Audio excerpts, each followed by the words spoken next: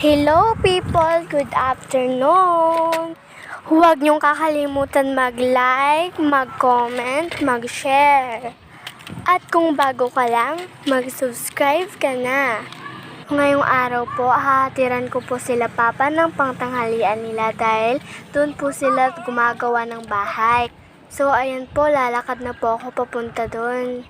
Alam niyo po, ang init-init pero kumukulog. Nandito na po ako, hatiran ko na po sila ng pagkain.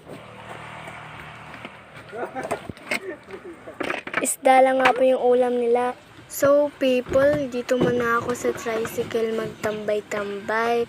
Ang init-init talaga ng panahon ngayon, people, pero kumukulog. Tingnan nyo nga po yung buhok ko, ang iksi-iksi na, pero ang init-init pa rin. Kaya nga tatalian ko yun eh. Kapag mainit ang panahon, nagrireklamo. Kapag ulan ng ulan, nagrireklamo din.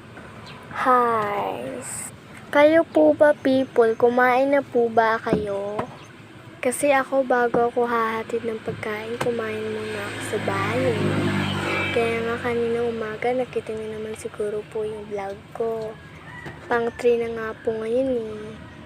Naayusin ko muna po yung bangs ko. So, yun lang po people. Maraming salamat po. Panoorin niyo po ang aking video at suportahan niyo po ako.